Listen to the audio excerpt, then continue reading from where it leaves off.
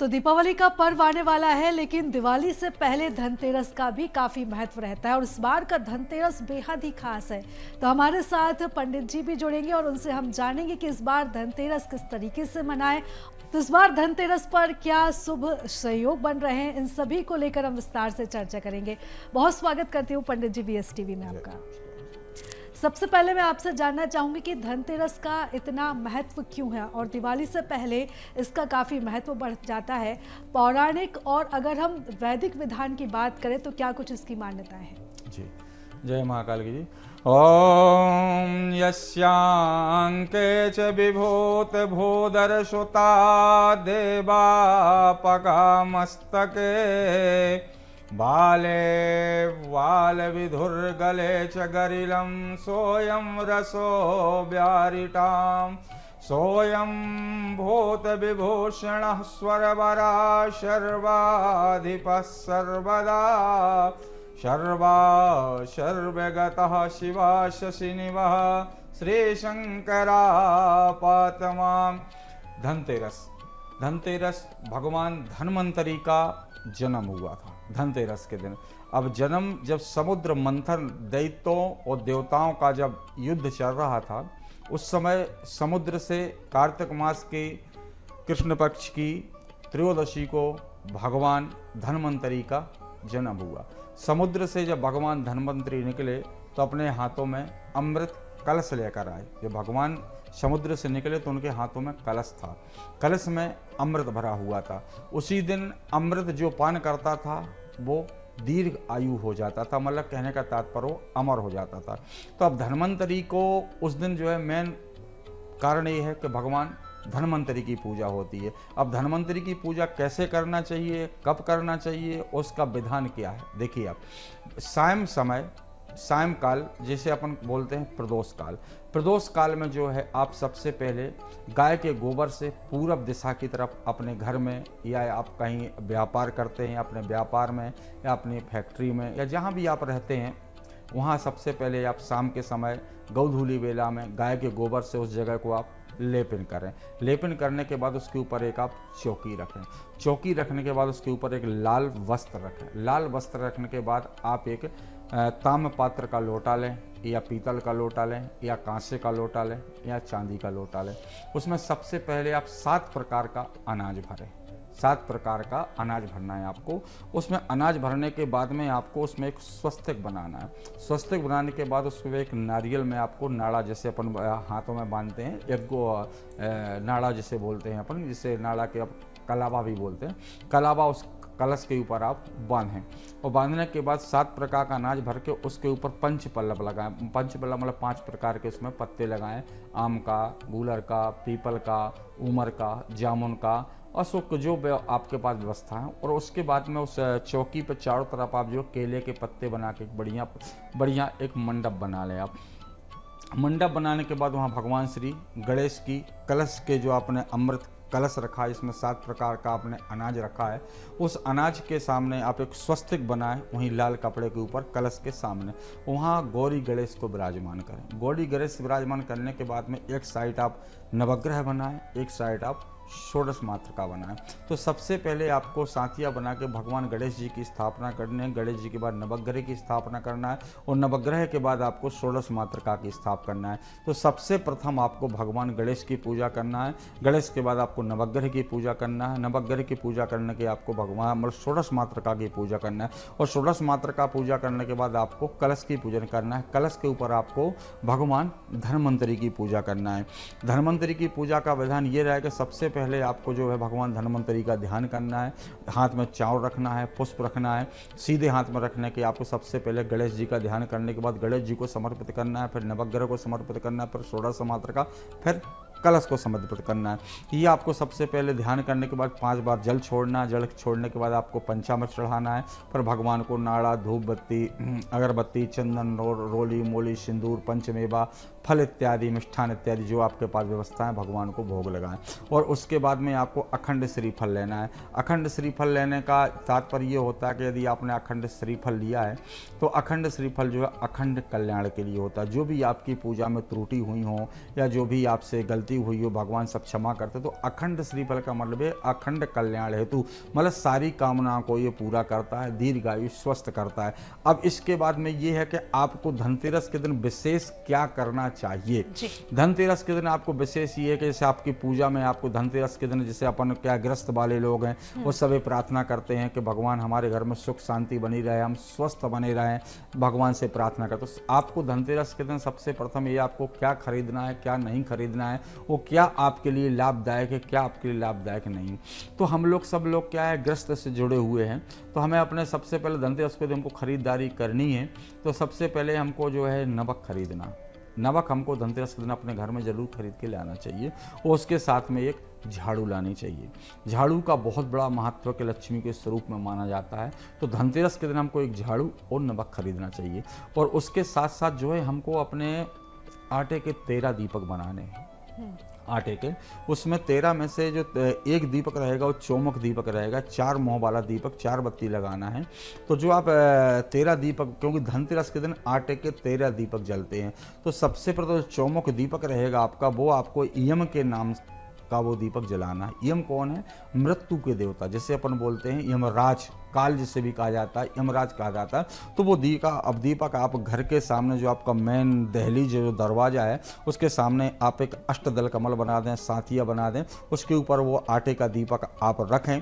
और वहाँ यम के नाम का शाम के समय जब सूरज मतलब जब दोनों सूर्य अस्त होने लगे और मतलब थोड़ा सा सूर्य रहे, जिसे अपन बोलते हैं कि गौधूली बेला बोलते हैं, जैसे प्राचीन पद्धति के अनुसार अपन देखें, आज भी वो पद्धति गाँवों में देखी जाती है कि जब शाम के समय गायें चर के अपने घर आती हैं तो उसे अपन बोलते हैं गौधूली बेला। गौधूली बेला बहुत अच्छी बेला होती है और बहुत शुभ, शास्त्रों के अनुसार बहुत शुभ मानी जाती है। तो उसमें आपको सब वो चौमुख दीपक रखना है। उस चौमुख दीपक में आपको रोली मोली सिंदूर डाल के उसका पूजन करना है। और सबसे पहले आपको यम के नाम का वो दीपक जलाना है कि यम जो होते हैं वो मृत्यु के देवता होते हैं, स्वस्थ शरीर के लिए होते हैं। फिर आपको बाकी वो दीपक जो आपके पास 12 दीपक बचे हुए हैं वो आपको अपने जहाँ आपने अमृत कलश रखा है, जो पूजा की आपने पूजा की है भगवान धन्वंतरी की, उनके सामने वो आपको एक पात्र में, एक थाली में, जो भी आपके पास व्यवस्था हो, वो 12 दीपक आप रखें और उन दीपकों की आप पूजा करें।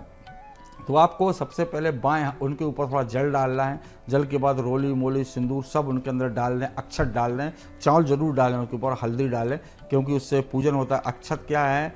अक्षय, व्यक्ति को अक्षत जो है कहते हैं ना, अक्षय हो, आपका अच्छा हो, अच्छे कल्याण के लिए अक्षत समर्पित किया जाता है। तो सबसे पहले आप बाएं हाथ में चावल लें, भगवान गणेश का ध्यान करें। फिर उल्टे हाथ में चावल रख के आपको 2-2 चावल 10 दिशाओं में छोड़ना है। वो कैसे छोड़ना है? ओम पूर्वे रक्षतु वाराह यज्ञेयं गरुणध्वजा दक्षिणे पद्मनाभस्तो नैऋत्यं मधुसूदना पश्चिमे चैव गोविंदो वायव्यं तु जनार्दनः उत्तरे श्रीपति रक्षे ईशाने तु महेश्वरः ऊर्ध्वं रक्षतु दाता वो यदोऽनन्तक्ष रक्षतो एवं 10 दिशो रक्षे वासुदेवो जनार्दनः रक्षाहीनं तु यस्थानं रक्षद्विषो महाद्रता इदन्ति संस्तंभो तत्तानमातित्य सर्वदा। आपको 10 वो जो 12 दीपक आपने रखे हुए हैं, सबसे प्रथम आपको अपने घर के 2 दीपक दहलीज के पास में रखना। जैसे आपने यम का दीपक को घर के बाहर रखा है, उसी तरह वो दीपक आपको दहलीज, एक दाएं एक बाएं, वो इसका मतलब एक जाने का एक आने का। जैसे अपन आते तो गेट खोलते हैं ना, तो ऐसे एक दाएं एक बाएं 2 आटे की दीपक रखना। फिर आप घर के अंदर जाते हो तो घर के जो है चारों कोने में आपको एक एक दीपक चारों घर के चारों कोने में रख देना है और एक आपको किचन में रख देना है। तो आपके कुल मिला के 7 दीपक आपके रख चुके हैं। अब आपके पास 5 दीपक बचे हुए। तो सबसे प्रथम आपको एक छत पे जाना है, अपने एक छत पे रखना है। ये छत पे जो दीपक होता है आपके पितरों का दीपक होता है, कि जो हमारे घर में जो हमारे पितृ हैं उनकी शांति के लिए एक वो दीपक वो रखना है। अब आपके पास 4 दीपक बचे। तो सबसे पहले जो आपका मेन गेट है, आप दरवाजे के बाहर निकलते हैं, 2 दीपक आपको वहाँ रखना है, एक बीच में रख देना और एक सीढ़ियों पे अपने किचन में या जहाँ भी ईशान कोण में उसको कहीं। तो इस तरह ही आपको 13 दीपक बना के और आपको इस तरह अपने घर में रखना है। अब ये है कि धनतेरस के दिन यदि आप व्यापारी हो, यदि आप व्यापार करते हो तो धनतेरस के दिन आप अपनी दुकान पे या अपनी फैक्ट्री पे आपको एक बही खाता लेना है। बही खाता जैसे अपन पेन से अपना हिसाब करते हैं ना आप, वो एक रजिस्टर जो आपकी जिसमें अपना आप हिसाब रखते हो, तो वो यदि आप फैक्ट्री में पूजा करते हो तो आपको जो है पेन लाना है, जिससे लेखनी बोलते हैं। तो एक पेन लाइए, उस पेन पर नाड़ा बांधिए और एक रजिस्टर लाइए, जो कैलकुलेटर जो भी आप हिसाब करते हैं अपने हिसाब से उनको रखिए और वहाँ एक कलश की स्थापना करिए। कलश की स्थापना करने के बाद आप उसमें जड़ी बूटियाँ या 7 प्रकार का अनाज नहीं तो गंगा जल, कोई तीर्थों का जल वहाँ रख दीजिए आप, और भगवान धन्वंतरी की वहाँ स्थापना करिए।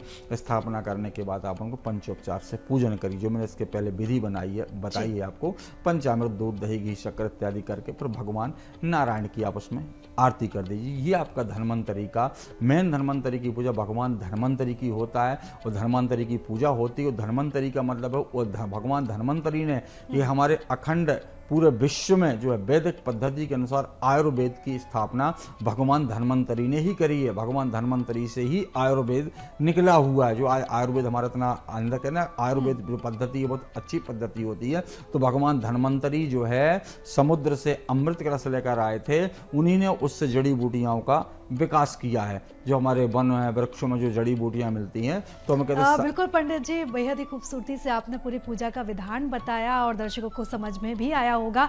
लेकिन जिस तरीके से धनतेरस में कुछ ना कुछ खरीदने का बेहद ही महत्व होता है, आपने जिक्र किया नमक और झाड़ू तो खरीदना ही चाहिए, इसी के साथ ही सोना, चांदी, वाहन का खरीदने का भी काफ़ी महत्व होता है।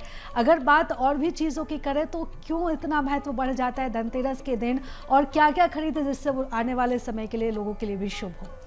देखिए, हम यदि वैदिक पद्धति की बात करते हैं तो उस दिन हमको लोहा तो बिल्कुल नहीं खरीदना चाहिए। लोहा तो हमको घर में नहीं खरीदना चाहिए। ठीक है, आप कहते हैं कि हम आज धनतेरस दिन गाड़ी खरीदेंगे, अच्छी बात है, आप गाड़ी खरीदिए, उसमें कोई दिक्कत नहीं है।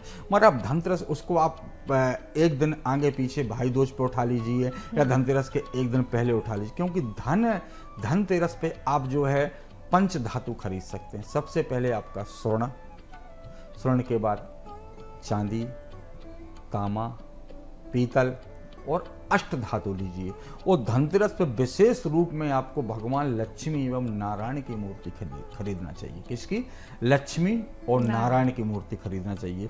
और उसमें हो सके तो आप घर के लिए अपना जो भी आपके घर में जैसे खाने का पदार्थ है, आपकी अच्छी चीज़ें जो आपके यूज में आती हैं, आपके बच्चों की यूज में आती हैं, वो चीज़ें लें। सोना लें, चांदी लें, अष्ट धातु लें, मगर लोहा ना लें, मेरी प्रार्थना है, क्योंकि हमारा शास्त्र में लोहे खरीदने का कहीं विधान नहीं बताया गया है। आपको लेना लीजिए, उसके 1-2 दिन आगे पीछे आप ले दीजिए। शास्त्रों में जो उल्लेख है मैं वो बता रहा हूँ, आप शास्त्र खोल के देखेंगे। हमारे कूर्म पुराण के अंदर लिखा है, हमारे 18 पुराण में से कूर्म पुराण में लिखा है कि भगवान धन्वंतरी के दिन, जिस दिन धनतेरस की पूजा करते हैं, उस दिन हम लोहा खरीदना वर्जित माना गया है। पंच धातु में अष्ट धातु लीजिए आप, सोना, चांदी, पीतल सब लीजिए जी।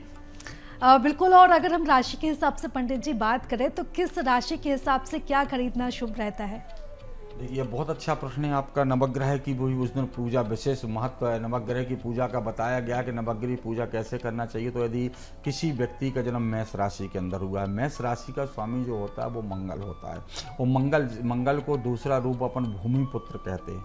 मंगल को भूमिपुत्र कहते हैं। और शरीर में जो है वो जठराग्नि का स्वामी होने के कारण वो हमारे पेट में वास करता है।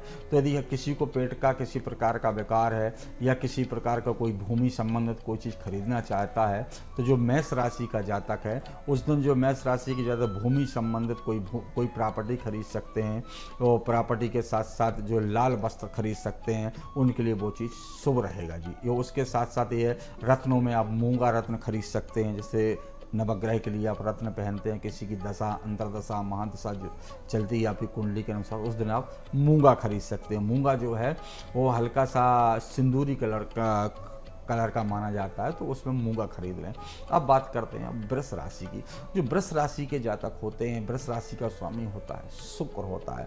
वो शुक्र जो है अपने आप में लक्ष्मीदायक है। क्या कहते हैं, शुक्र की पूजा करोगे तो आपको लग्जरी लाइफ मिलेगी। शुक्र ग्रह जो है लक्ष्मी की प्राप्ति कराता है। शुक्र जो है 2 राशियों को देखते हैं भगवान शुक्र। एक पहली राशि है वृष राशि, दूसरी राशि है तुला राशि। तो तुला राशि और वृष राशि के जातकों को यदि कुछ खरीदना है उस दिन, तो वो वो है कि सफ़ेद वस्त्र खरीद सकते हैं, उसके साथ में डायमंड भी खरीद सकते हैं। डायमंड अच्छा होता है शुक्र राशि, तुला राशि, वृष राशि वालों को। और उनको जो है उस दिन कुछ जड़ी बूटी जरूर खरीदना चाहिए, वस्त्र वगैरह या सफ़ेद धातु जैसे चावल है, जो भी आप मतलब कर सकते हैं। तो मेष और तुला राशि वालों के लिए उस दिन जो है सफ़ेद कोई भी चीज़ खरीदना चाहिए। अब बात करते हैं अपन मिथुन राशि, मिथुन और कन्या। अब जो भगवान बुध जो है, जिसे अपने गणेश जी बोलते हैं, भगवान बुध जो है वो 2 राशियों को देखते हैं। एक पहली राशि है मिथुन, दूसरी राशि है कन्या। इन दोनों राशियों के स्वामी होते हैं भगवान बुध। और जो बुध होते हैं ये बुद्धि विवेक देने वाले होते हैं, और व्यापार को अच्छा बुध जो बुध ग्रह हैं ये व्यापार में बहुत बड़ी उन्नति दिलाते हैं। और बुध के साथ साथ यदि आप कन्या और मिथुन राशि के जातक हैं तो उस दिन आपको कोई वृक्ष खरीदना चाहिए, जो आप जैसे केले का वृक्ष है, तुलसी का वृक्ष है, या कोई पीपल का वृक्ष है, जो भी वृक्ष आपको लेना है तो उस दिन आप जो है कोई ना कोई एक वृक्ष खरीद सकते हैं। और उसके साथ साथ यदि आपको खरीदना है रत्नों में तो आप पन्ना रत्न खरीद सकते हैं। पन्ना रत्न जो होता है वो आपके लिए बहुत शुभ कारक माना जाता है, तो उस दिन आप पन्ना भी खरीद सकते हैं। अब बात करते हैं आप कर्क राशि वालों की। कर्क राशि का स्वामी होता है वो होता है चंद्रमा होता है। चंद्रमा जो होता है वो चलायमान होता है, मन का कारक होता है, और मन के कारक के साथ साथ जो है चंद्रमा बहुत चंचल ग्रह होता है। कहते हैं चंद्रमा यदि आपका किसी का शुभ स्थान पर बैठा है तो कहते हैं उसके बहुत सारे काम अच्छे होते हैं। और चंद्रमा सुंदरता को भी जीवन में प्रदान करता है, शरीर में अच्छा प्रभाव डालता है। तो उस दिन आपको चंद्रमा के हिसाब से आपको जो है एक हल्का सा क्या बोलते हैं उसको चंद्रमा के लिए आपको भगवान के लिए कोई कांसे का पात्र यदि आप खरीदते हैं उस दिन, जैसे धातुओं में से कांसा होता है ना, तो कांसे का पात्र आप खरीद सकते हैं। उसके साथ आप चांदी खरीद सकते हैं, चांदी भी मतलब शुभ मानी जाती है चंद्रमा वालों को। अब बात करते हैं सिंह राशि वालों को। सिंह राशि का स्वामी जो होता है भगवान सूर्य होते हैं, जो सूर्य नारायण होते हैं। तो भगवान सूर्य के हिसाब से यदि आप खरीदना चाहते हैं तो आप उसमें स्वर्ण खरीद सकते हैं। स्वर्ण जो होता है वो आपके लिए बहुत लाभकारक होता है। स्वर्ण खरीदना एक सिंह राशि वालों के लिए बहुत अच्छा माना जाता है, क्योंकि स्वर्ण भगवान सूर्य जो हैं वो स्वर्ण के कारक होते हैं और स्वर्ण अच्छा रहता है। अब बात करते हैं अपन सिंह राशि और वृश्चिक राशि वालों। तो वृश्चिक राशि का स्वामी मंगल होता है, तो मंगल के भी आप मूंगा खरीद सकते हैं, भूमि सम्मत कुछ भी खरीद सकते हैं। अब बात करते हैं अपन मकर राशि वालों की। मकर राशि का स्वामी होता है शनि। शनि जो है 2 राशियों को देखता है, एक मकर एक कुंभ राशि। शनि जो है एक निर्णायक ग्रह होता है। यदि आपको उस दिन खरीदना ही है तो आप उस दिन जो है नीलम खरीद सकते हैं, और नीलम के साथ साथ यदि आप तांबा खरीदेंगे तो आपके लिए बहुत लाभदायक, क्योंकि तांबा सबसे शनि को सबसे प्रिय ताम्र पात्र है। यदि भगवान शनि की यदि आप पूजा करते हैं तो शनि यंत्र भी उस दिन आप खरीद सकते हैं। तो आपके लिए कुंभ और मकर राशि वालों का। अब बात करते हैं अपन मीन राशि और धनु राशि में। गुरु इनके स्वामी होते हैं, और गुरु 2 ग्रहों को देखते हैं, एक धनु राशि को देखते हैं, एक मीन राशि को देखते हैं। तो इसके यदि कोई जो विद्यार्थी हैं जो अपनी पढ़ाई लिखाई कर रहे हैं, या जो बड़े पदों पे हैं, जो लेक्चरार है या प्रोफेसर हैं, या कोई वक्तव्य या कोई कवि हैं, इनके लिए उस दिन पुखराज खरीदना चाहिए। पुखराज इनके लिए आज शुभदायक होगा, लाभकारी होगा। और पुखराज के साथ साथ इस स्वर्ण को भी खरीद सकते हैं, स्वर्ण खरीदें, और पीला वस्त्र भी उस दिन ये खरीद सकते हैं। उसके साथ साथ भगवान धन्वंतरी की पूजा करें तो नवग्रह शांति होती है। उसके साथ साथ धन्वंतरी के दिन यदि आप शनि मतलब शमी के वृक्ष यदि आप लेके आते हैं, नवग्रह में से कोई भी यदि आप उस दिन कोई भी जातक हो, 12 राशियों में से किसी भी राशि का जातक हो, यदि उस दिन शमी का वृक्ष लाता है तो शमी का वृक्ष उसके लिए लाभ। शमी पीपल यदि उस दिन वो वृक्ष ला के पूजा करता है, और यदि वो वृक्ष कहीं लगाता है तो उसके जीवन में हरा भरा की बड़ी उन्नति होती है। बिल्कुल पंडित जी, यानी कि रत्न और धातु के साथ साथ अगर हम जड़ी बूटियां भी खरीदें तो उसका भी बेहद ही लाभ होता है। बहुत बहुत धन्यवाद पंडित जी हमारे साथ जुड़ने के लिए। आप तमाम जानकारी आपने हमारे साथ साझा की, बहुत धन्यवाद। जय महाकाल। तो चलिए इसी के साथ ही BSTV के इस खास पेशकश में इतना ही। दीजिए इजाजत, नमस्कार।